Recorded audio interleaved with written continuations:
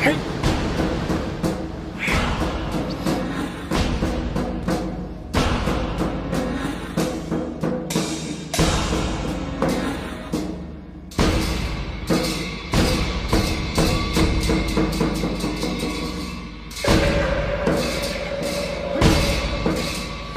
Chun Fai, aged 75, was born in Hong Kong. He's a master of the southern Chinese Kung Fu style called Hung Kun. The waist and stance are powerful and solid, but Hung Kun also has a soft side. The soft movements are fast and agile. Which is Hung Kun? Watch a few moves and you'd know. Which is Wing Chun? Of course, you have to know Kung Fu, which is northern style, which is praying mantis. If you're a layman, you can't distinguish one from the other.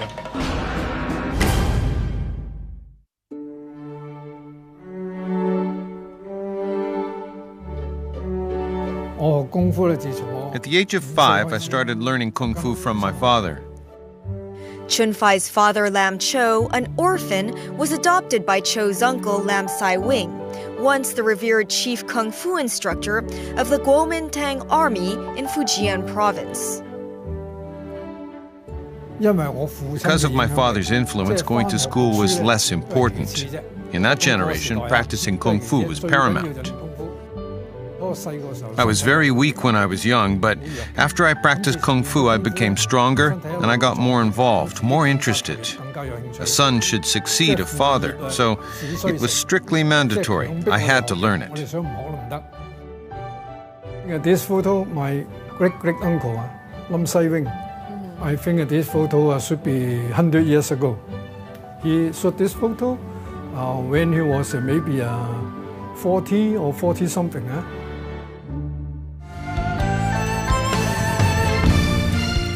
Chun Fai's granduncle Lam Sai Wing was a protege of the legendary Wong Fei Hung, who popularized Hung Kun in the 20th century.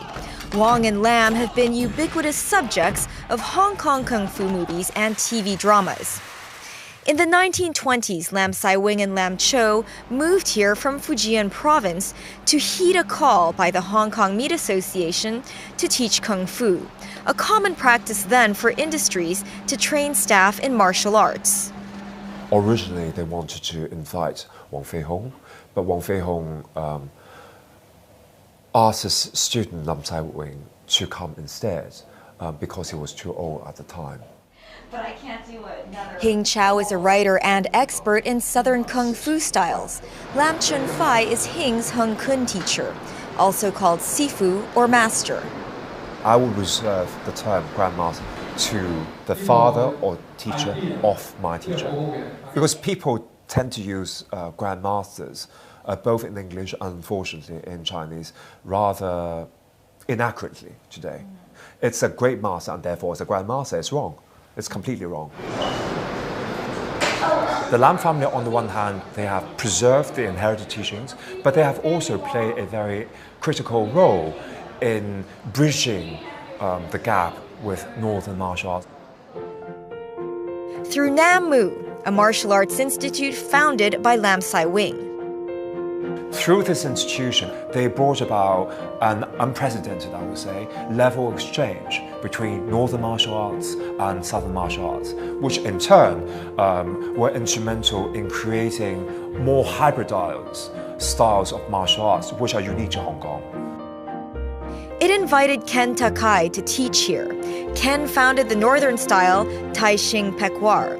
Its saber routine is now part of Hung Kun. This is considered one of the signature repertoire in Lam family Hong Kun today.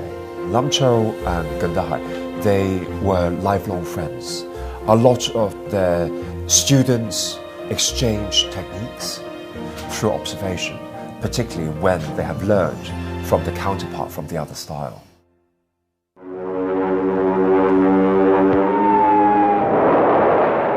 The Second World War. The Japanese occupied Hong Kong. The Japanese occupation was chaotic times. Robberies were rampant, nothing to eat. The Lams were running a few kung fu schools by then. People urged my father to come forth with his proteges to protect the community. They didn't have guns, only sticks. It was like neighborhood vigilantes.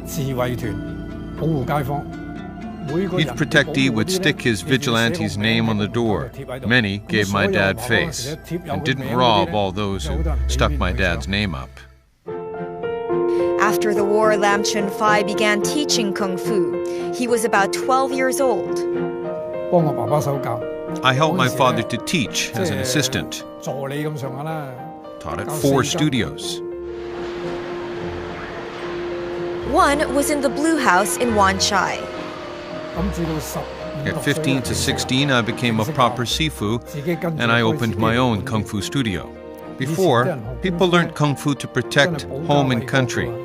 We had 60 to 70 students every night. Now it's like a sport to boost physical fitness. After a few lessons, some students feared hardship, some lost interest. Soon, only a few remained. You can't make a decent living teaching Kung Fu. His students follow him back to Hong Kong.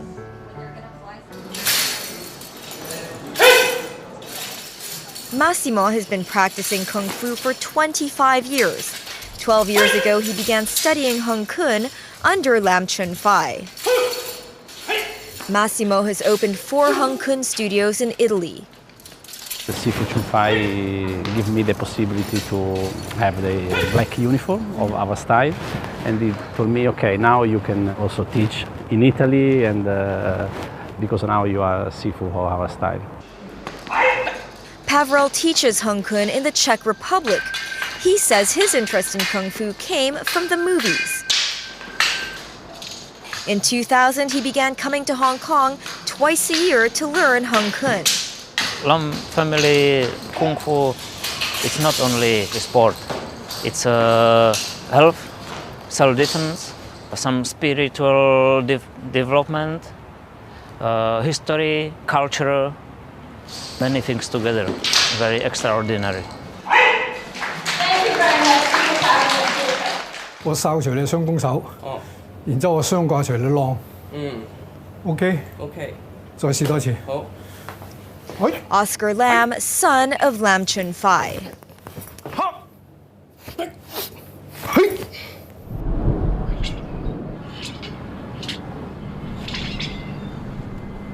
I believe if my dad had forced me to learn when I was young, my Kung Fu would be much better now. When I was young, not only did I dislike Kung Fu, but all sports. Until he turned 16. He later became more interested. I didn't need to force him. The Lams and their students were out in force at the recent launch of the book Hung Kun Fundamentals. When I come out, people don't know I'm Oscar Lam Chun Ho, only that I'm Lam Chun Fai's son, Lam Cho's grandson. There are actually things I want to do, but I worry it affects my family's reputation. For instance, I wanted to ring fights, but my family objected. People always think knowing Kung Fu means you can fight. Actually, it doesn't. I tell my students not to get into a fight easily, only if it's unavoidable.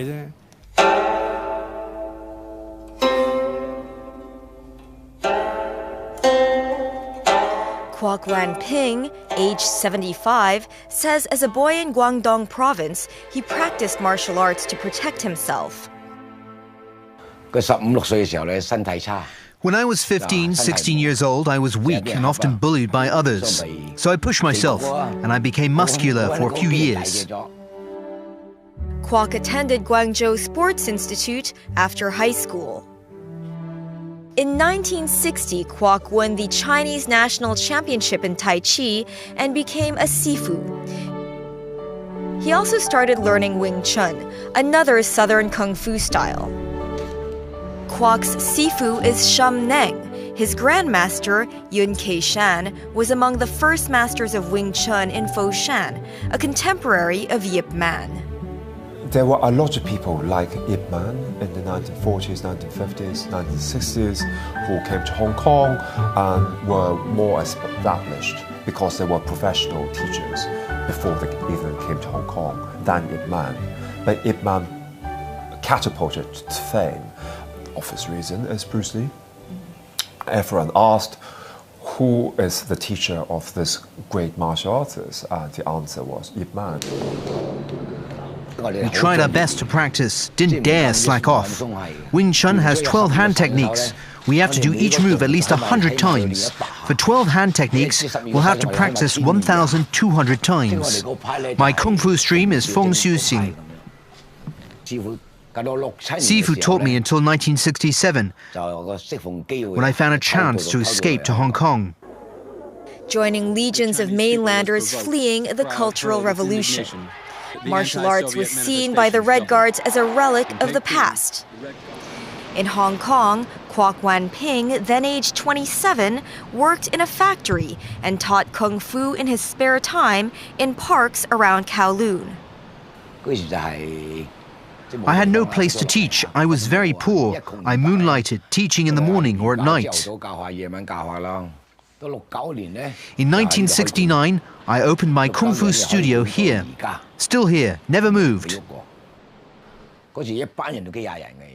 We had 20-something people in a class. In the 70s, Hong Kong students were willing to practice because there wasn't much entertainment.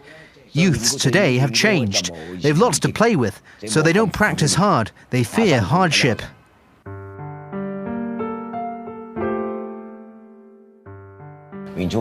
Wing Chun is starting to go extinct. I worry about this. Up next, can the masters keep their families' Kung Fu legacies alive? Deng Yik never actually expect me to be his successor. And I say, yeah, okay, yes. And that single word, yes, means it's the big burden on my shoulder. This and more when the Pearl Report returns.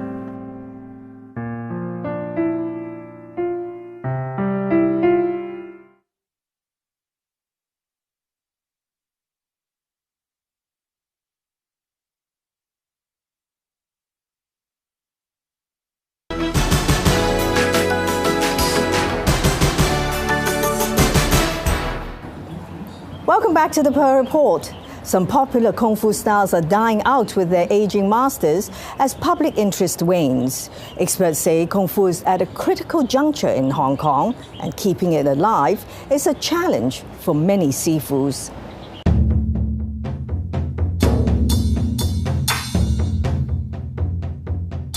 Four stages of the training. Build up your own strength. Relax yourself first before you can move. After we build the form, speed.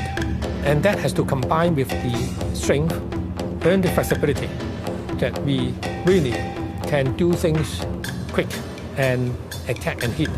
You don't know what is coming. When it comes, it comes. Right? And also win means we will be from an internal power, the chi. Hong Kong-born Michael Tang is an engineer. He designed this velodrome in Chung Kwan O, as well as Pacific Place and the Convention and Exhibition Center in Hong Kong. In Macau, he did the Wynn and Galaxy resorts. In the world of martial arts, 63-year-old Michael is a master of Wing Chun, a southern Chinese Kung Fu style. He teaches it in his spare time. I came from a relatively poor family. I only started formal training in 1968 when I was 17 years old. It is not I choose Wing Chun. I would say possibly Wing Chun chosen me. Michael is the grandnephew of Tang Yik, a renowned Wing Chun master. Tang Yik, he was very conservative, very selective. In his choice of disciples, and hence it was and still remains a very much family affair. The old-time Chinese martial artists, they really want to have the technique hand down to someone that has family linkage. Deng Yik didn't have his family around here. Tang Yik's wife was killed and his son went missing in the Second World War. So he left his village near Foshan and moved to Hong Kong to be with his closest living relatives, Michael Tang and his dad. Wing Chun masters most of whom came originally from Fasan area in Guangdong province. They cluster around Yaomade at a market called Dai Dak Lan. They included Tang Yik, Ip Man, Chu Chung Man, and Lo Chi Wun. They held regular discussions and they probably learned one of two things from each other. And they were good friends? Yeah. They never fight. At those times, people, when they are on the same kind of similar or same style, they respect each other. Tang Yik started at 10 learning Wing Chun from his parents, both martial artists. His father was dubbed King of the Pole in Foshan, referring to the long pole, Wing Chun's only weapon. Tang Yik inherited the title. There's 7 movements. This is a half point, Jin, Si, Chang, Tan, Chou, Tik, God.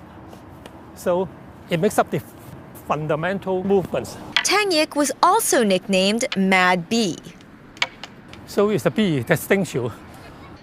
His footwork is very much like Muhammad Ali, right? Fly like a butterfly and sting like a bee. This is one of our very fundamental movement. It's called Da Sam Sing.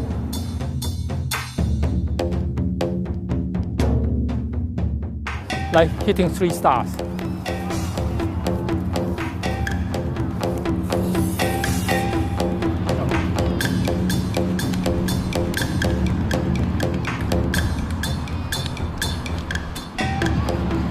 Wing Chun came from Shaolin monks in Fujian province. In the mid-17th century, they came under prolonged attacks by the emperor's troops from the north. The monk in charge of the teaching of martial arts in Shaolin, the southern Shaolin, right? He fled to Guangdong. And he was chased after by the emperor's guardsmen. Along the way, the monks spread Wing Chun to many other southerners to fight back northern invaders. Southern China is a smaller one than the northern people. If I do this, right, if there's a strict punch, he's stronger, he's taller, bigger. He would easily overpower me. Right. See how we hit. We do a lot of hand roll out. Our technique is pretty lethal. That's why what Tang Yik worry is, unless people has a good control, right? Even if a student don't want to kill someone, by accidentally, he may kill somebody. Michael says Tang Yik used to avoid taking on students with links to triads. Old days, Kung Fu practicing a lot of time is related with fighting, with possibly triad gangsters. So if your student or his students do something bad, that bad luck could come back to him. When Tang Yik was in his 70s, he actually once called me in and asked me, techniques are good, very good, and this is the family, so please keep it for him. And I say, yeah, okay, yes. And that single word, yes, means it's the big burden on my shoulder.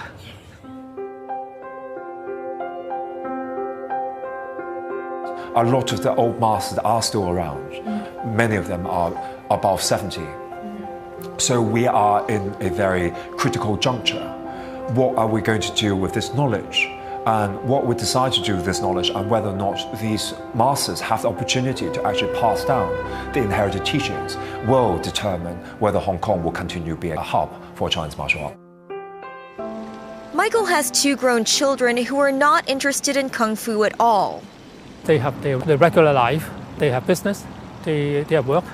It's a bit of a real pity that overseas people seem to have more passion than Chinese. Hong Kong people would become pressurized and too much distraction, actually. Michael is looking overseas to keep Kung Fu alive. I retired from my engineering profession and spent a bit of time traveling to Europe.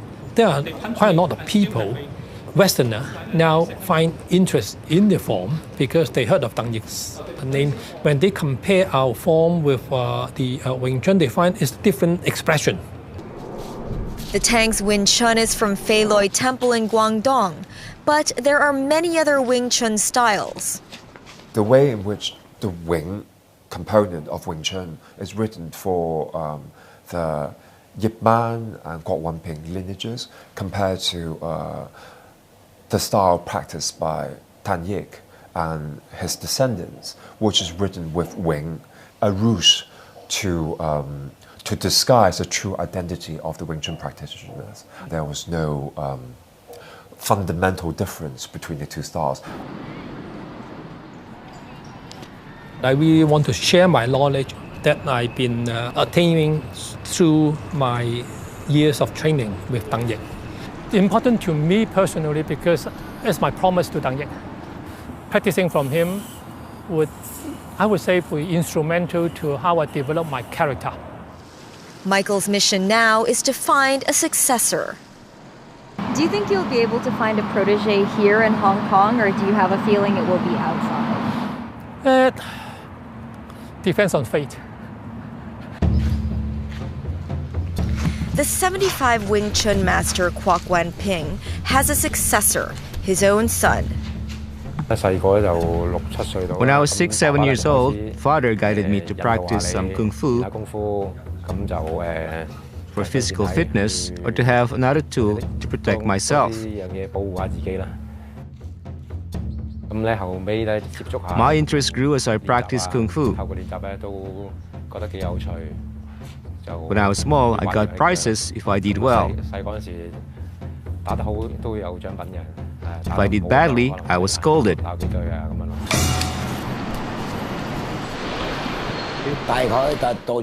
Around 15, 16, he started showing interest. He's practiced for some 20 years. Now he helps me teach. I send him out. This is grand pupil, great-grand pupil, 4th generation. I have tried my best to teach my son and my students all I've learned and practiced. I know I'm not as strong physically as I was, as they are now. I don't fight anymore. I teach less. As a professional, I'll teach until I can no longer move.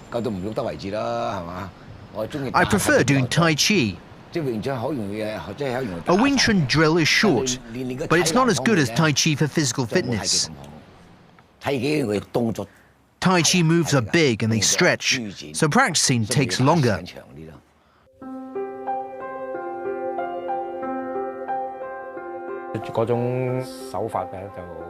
The method is more sophisticated, and the sticky hand requires a lot of touch and feel.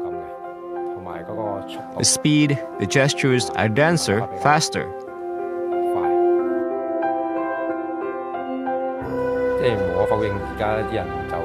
People are less persevering than in the older days. Wing Chun is easy to learn but hard to master.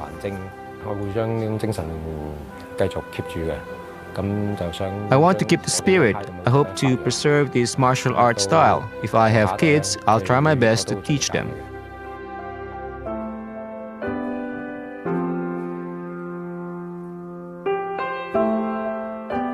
Well, thank you for watching our show. It will be re-aired on Tuesday and Saturday, as well as on tvb.com. Until next time, from the Pearl Report team, good night, good luck, and good health.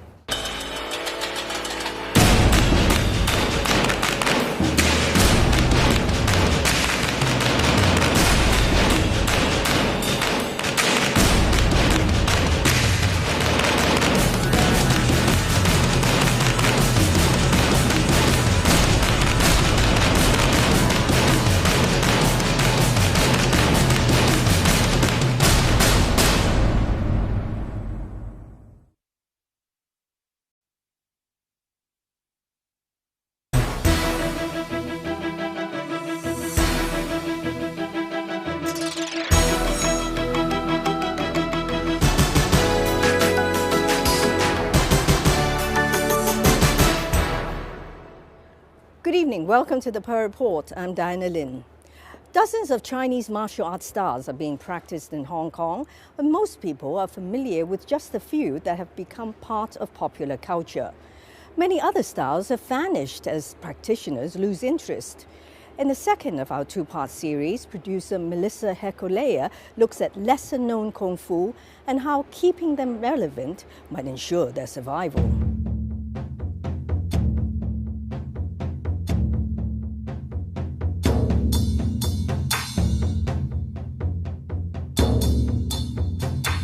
The southern praying mantis originated in the hills of Fujian province. Due to the hilly terrain, there are less footwork and jumping, but more hand gestures, more short-distance release of strength, not wide and long.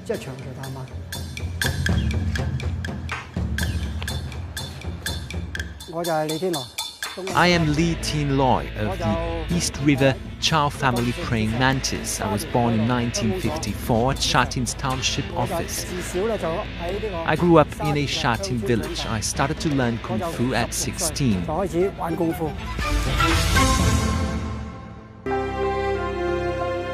For 7 years, Li spent his free time practicing with Yip Sifu. I usually went to him after work. And on his days off, at 11 a.m. I practiced Kung Fu until 1 p.m. I would have lunch with my Sifu. After that, at 3 p.m. I practiced again until 5 or 6 p.m. After Sifu officially retired in 1989, I went to Sifu's place every month to Yam Cha. In the old days, people treated their Sifu as their father, thus teacher father. Earlier generations even lived and ate together, helped to boil tea, sweep floors and cook. The older generation distinctively classified student, disciple and apprentice. The new generation calls Sifu coach.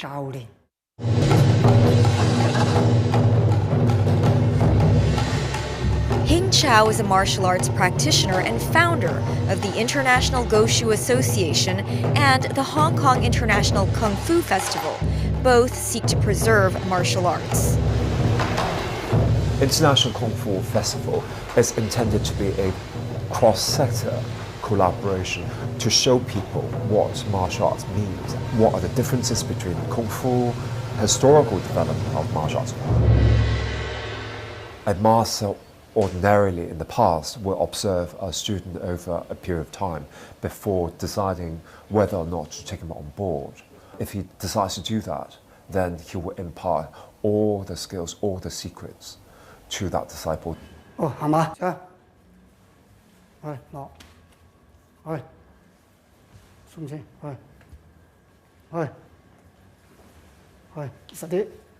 Go. The East River Chow family praying mantis style came from the Shaolin Temple in Fujian province in the late 1700s. Its founder, Chow Annam, was actually a Hakka from Guangdong province. When he was young, he worked in the kitchen of the Shaolin Temple. While chopping wood, he saw a praying mantis fighting with an acacia bird. Finally, the bird was injured and fell to the ground. He felt very surprised to see such a small praying mantis defeating an acacia bird. Later, he caught some praying mantises. He used sticks of grass to provoke them to see how they fought. He then integrated the moves into Fujian's southern boxing style. From this, he developed southern praying mantis, which was taught among the Hakka. Hakkas were based in the north but moved south. Many plains were already occupied by locals. To survive, whether by intellect or aggression, Hakkas practiced Kung Fu that can be integrated into daily life.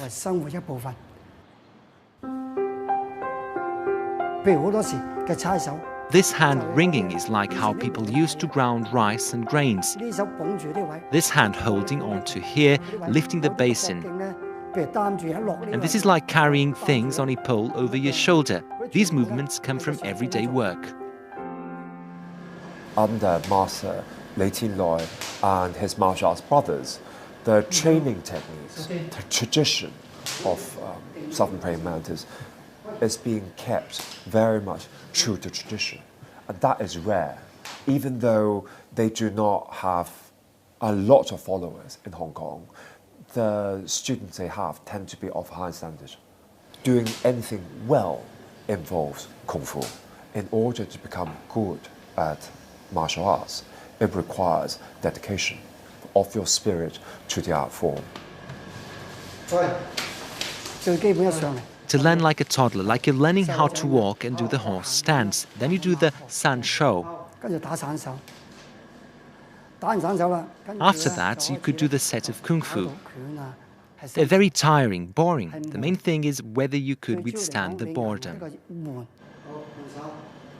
Lee teaches at the Hong Kong Chinese Martial Arts Association, where he is currently executive director.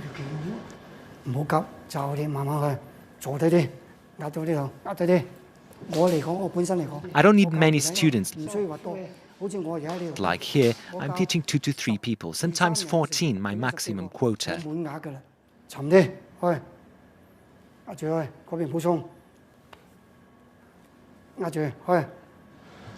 If I teach a large class of students and they can't pass it on, can't get the form right, it's useless, however many pupils you teach. Traditionally, Chinese parents would send intransigent children to learn from a Kung Fu master. They expect the martial artists to instill a sense of discipline and correct behavior and respect into the students. So I think these are micro and community levels in which martial artists continue to play a role in society today. I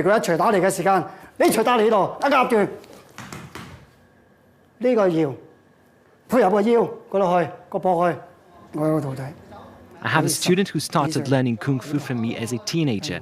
I'm very strict with my disciples.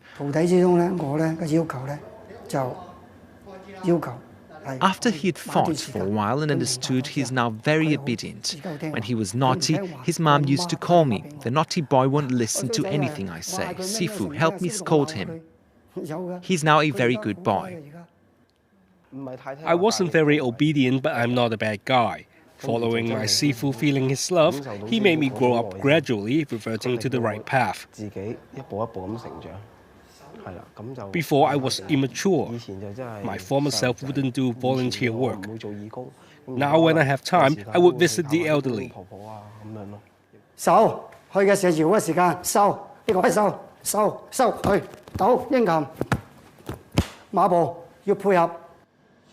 Founding master Chow Ai-nam predicted southern praying mantis would last 7 generations.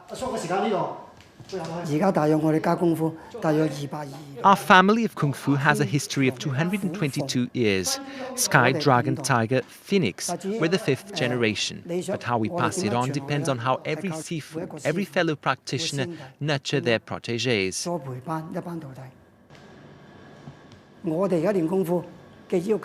The requirements of current Kung Fu practitioners are far different from those in my grandmaster's time. Every hand movement, footwork and form of southern praying mantis are totally not up to scratch. This family of Kung Fu would lose its style.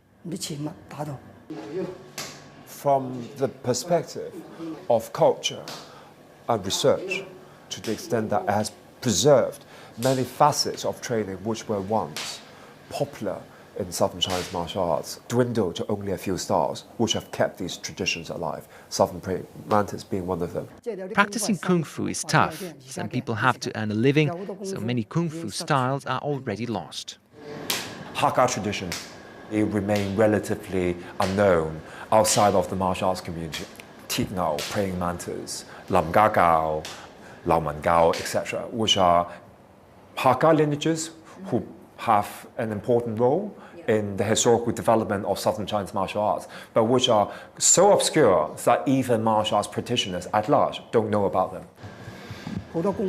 Many Kung Fu styles I had heard of when I was little have become extinct in Hong Kong. No matter how great the Sifu is, if he doesn't have protégés to carry on and pass it along, people grow old and the Kung Fu will disappear. Up next, martial arts masters moving with the times. Daising 50%, Pet Qua 15%. And my grandmaster combined it and simplify it and call it Daising Pet Qua. how movies have popularized kung fu lineages. Bruce Lee crafted his personality to represent the underclass, the exploited. The martial artist became someone much more important, someone small. Through his own training and discipline, he can empower the people around him. He can represent of people who are without power. This and more when the Pearl Report returns.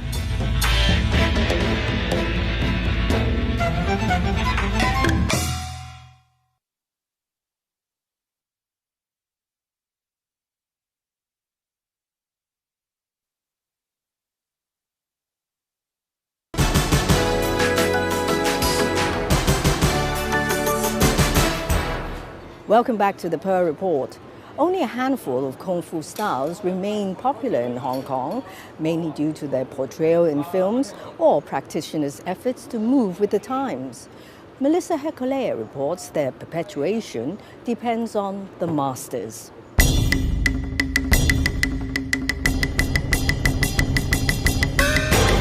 Tai Shing Pekwar is one of the few northern martial arts that became popular in Hong Kong, where southern kung fu dominates.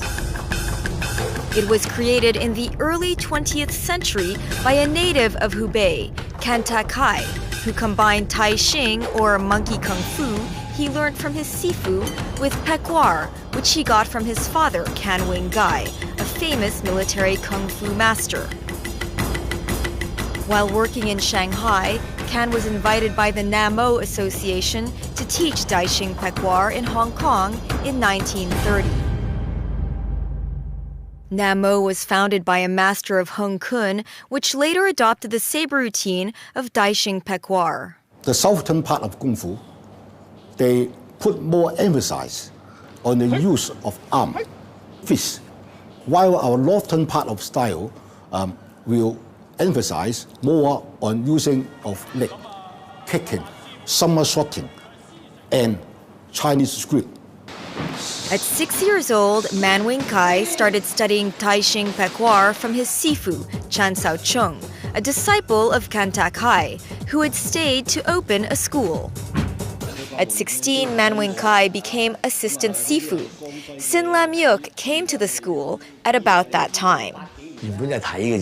Originally, I went to look, to observe, but a senior student's opponent didn't show up. Other seniors suggested letting me try. My chief was reluctant to accept him. He was just like a foreigner, like a guai not a local. In the early 70s, the sifu, the thinking is still very reserved. Chinese Kung Fu must be taught to the Chinese. But I told my master, he is a born fighter.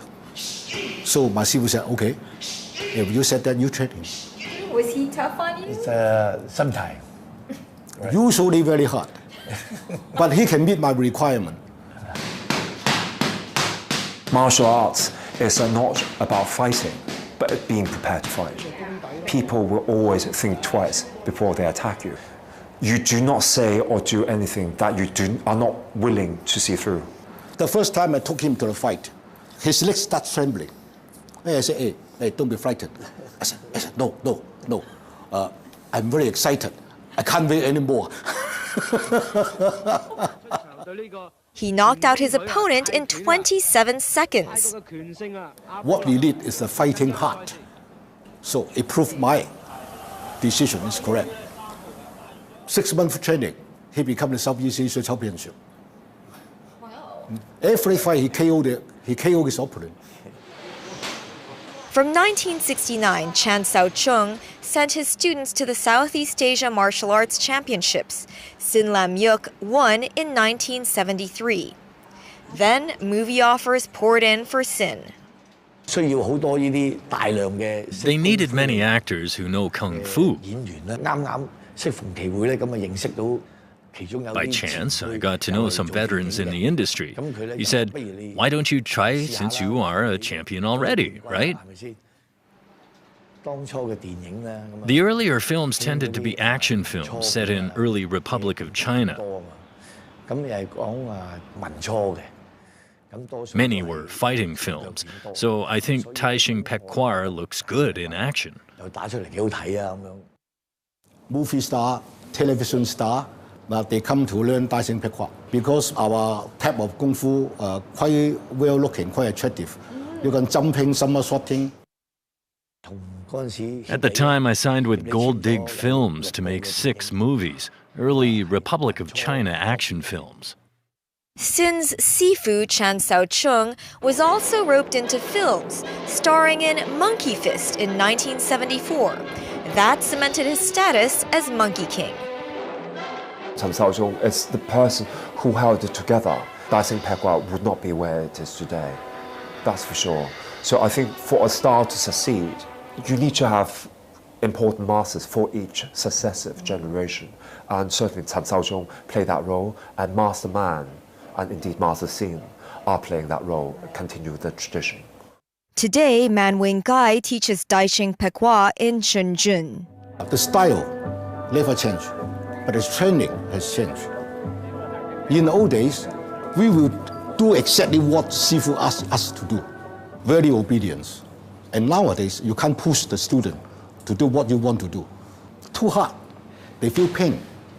So Man handpicks his disciples and teaches them for free.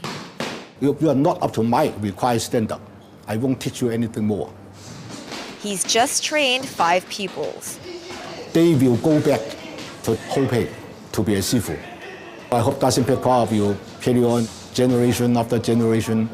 This type of traditional Kung Fu, if we don't promote after 1 decade, 2 decades, will be vanished, no more. So it's what a pity. 1, 2, 1, 2, 4 個，4。Sin Lam Yuk teaches both Taisheng Pekquar and Muay Thai. I'm obsessed with both. Muay Thai is trendy now. In our times, it was Kung Fu. Jab 1, 1, 1, 2, 1, 2， 4個，1、2、3、4， yeah， 多謝，yeah， 1、2。 In the 80s, Sin competed in professional boxing in Hong Kong with Western counterparts. We had to wear 8-ounce boxing gloves. We used boxing gloves 4 ounces lighter in Chinese martial arts ring fighting, so you expend much more effort for the same results. And the Western ring is surrounded by ropes, while Chinese rings were not, and were much bigger. I simplified Taisheng Pekquar moves, coordinated them with ring-style fighting,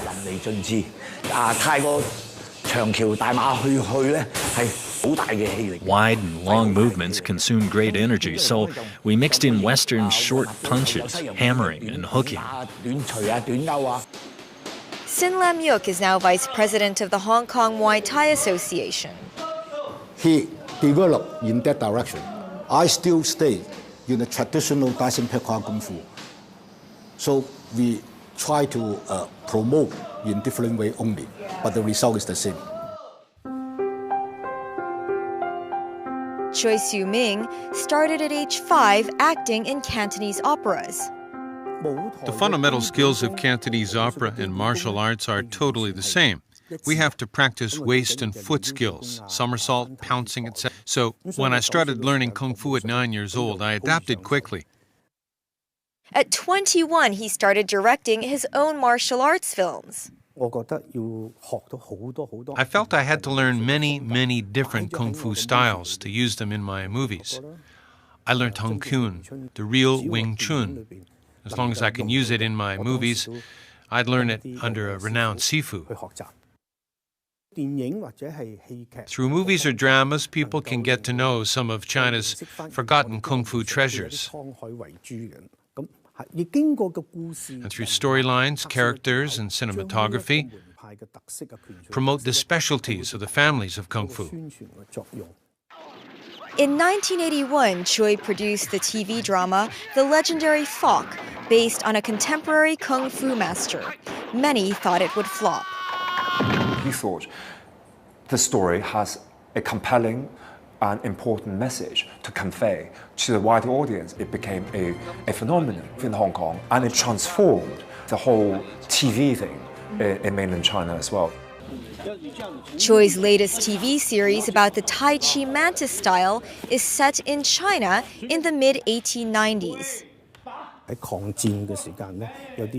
In the Sino-Japanese War then, many urban heroes emerged, including a praying mantis Grand Master, who was very patriotic and loved his people very much. This is a story of heroes in chaotic times. Within the community, people would tell stories about heroes, so many audiences would form a special affection for martial arts heroes.